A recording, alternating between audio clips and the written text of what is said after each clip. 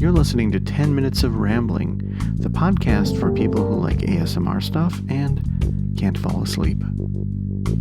All music is by Jason Shaw on Audionautics.com. Life partners, coffee, and audiobooks.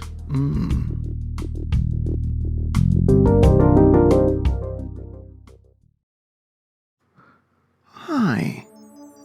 Hello again. And I say again because you are an old fan and you really love this. I can almost hear you clapping, but don't clap because this is a calm time. Calm, nice time, right? So do you read books? I'm just curious. Do you read books? I mean, especially if you're trying to fall asleep, you might read books. And if you're one of these ASMR people, maybe you like, shh, and you turn the page and you're like, oh. And you read, and then you go, shh, and you go, oh. Because remember, ASMR is non-sexual. Just want to affirm that. Oh. But when I say, do you read books, and you respond yes, or you think yes, and the endorphins squirt out of your brain because you pat yourself on the back and say, yeah, of course I do. I'm a well-read person. I just read a book last week. And then I say to you, I use the word read, which you use your eyes for. I didn't say you listened to a book, because that's cheating. You realize that, right? You realize that if I write a book on how to disarm a number of different bombs, and then I take the book away, and then I send you off to go disarm these bombs, I would put my money on the person who read the book doing the bomb disarming correctly, not the person who listened to it. Because the person who listened to it was like, oh yeah, that's an interesting, sure. I'm going to take this phone call. And I think it's great when there's an audiobook. You know, some people in this room with me right now may have actually wasted a massive amount of time recording an audiobook. Something like 9 hours and 35 minutes, perhaps. Completely wasted of their life. But I'm not dissing audiobooks. In fact, I think the statistics are that a lot, which is an interesting statistic because it's not a number, they really like audiobooks. But you can't use the word read. I'm really, really sorry. If someone says, did you read that book? You're going to have to say, no, I'm sorry. I didn't read it. I can't focus long enough to read. I have fooled myself into thinking that I'm such a busy person, I couldn't possibly be tasked with sitting down and reading for a while, and then using a handy-dandy bookmark to shove in between the pages I stopped on, and then maybe tomorrow I'll start up the book again. Nope. So, now you know that. And in keeping with a warning that I actually gave a few episodes ago, and an apology, I am not going to make this as informative as I almost did just now. I apologize for that. I think apologizing is good. It's important to say you're sorry, not only when you're sorry, but really when you want the other person to just be quiet or go away. Especially people who are, let's say, agitated, which is a really cool word. Agitate. Even the word sounds like you're shaking up a bottle, doesn't it? Right? Like if someone said, here's a bottle of something, you should drink this, but all the stuff is settled on the bottom, so shake it up. It sounds like they want you to shake your butt. You know, shake it up. Really? Like just the status quo? What do you want me to do? I want you to agitate it. Just agitate it. And then you're like, chuk, chuk, chuk, chuk, chuk, and you're just doing that for like an hour. Like you're a washing machine. That's cool. And we should use that word more. Agitate. Agitated. I've become agitated. Really? I don't think you have. I don't think you've become agitated. I just think you're upset because you couldn't finish your book because you had to listen to it.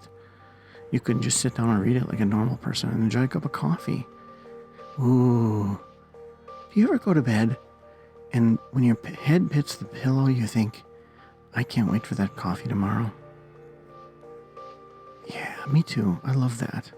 And for some people, it's the same thing, but they just replace the word coffee with heroin, or whatever, which is fine. You do you, girl.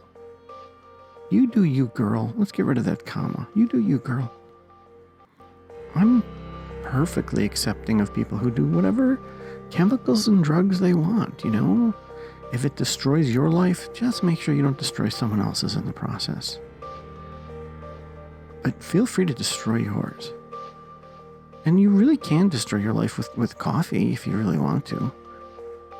Or the toilet. More likely you're going to destroy the toilet if you drink too much coffee. So don't. And I know tomorrow it's just beckoning to you. Oh, you get up and you're groggy and you're dragging your feet and you turn on whatever coffee contraption you have. Perhaps you're just somebody who lives alone and they're lazy. So then you press one button and it makes one delicious, inefficient coffee cup at a time, and it's wonderful. Or you're somebody who's pretentious. And then you boil the water and you pour it into a press pot, which makes fantastic coffee. Let's be realistic. How could it not make fantastic coffee when it's swirling around and it's got no filters between it and the water? And those little molecules are all bonding. And finally you go, okay, I've had enough, and you just go squish. And you press that little plunger down like you're just setting off just a bunch of dynamite. Kaboom. And in your head you think, kaboom, I'm getting coffee, right? Well, you do now. You're welcome. But if you make it one little tiny cup at a time, that's fine too. You're squirting through a bunch of hot water in a matter of 30 seconds. Of course, it picks up a tremendous amount of flavor, right? Why wouldn't it? But either way, coffee is wonderful. It's addictive, it's powerful, it's mind-altering.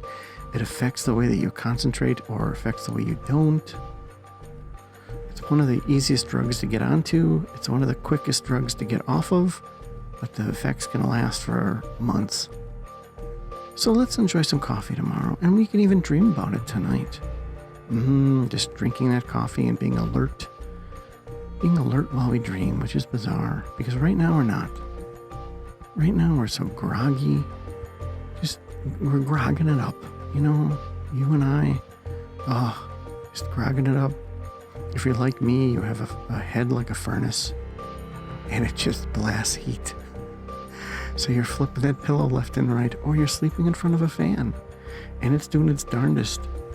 It's doing its darndest to cool off your melon, your 120 degree melon, or 11.5 degrees Celsius, negative, positive. But that fan is doing its best to try to cool off that head, but really what it's doing is blowing hot head air into something that doesn't want it. Perhaps it's your wife, your girlfriend, your boyfriend, your husband, or maybe even your life partner. I have a question. If you're a life partner, or you have a life... No, wait. Wouldn't you always be a life partner if you have a life partner?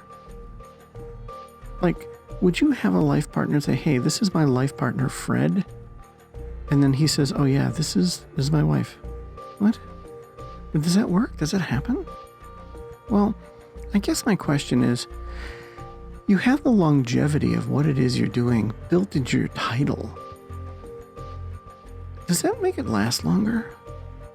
Like if you married somebody and you said, this is my lifelong husband, Frank, would that cause him to be married to you as long as a life partner would? I'm going to have to look up that statistics.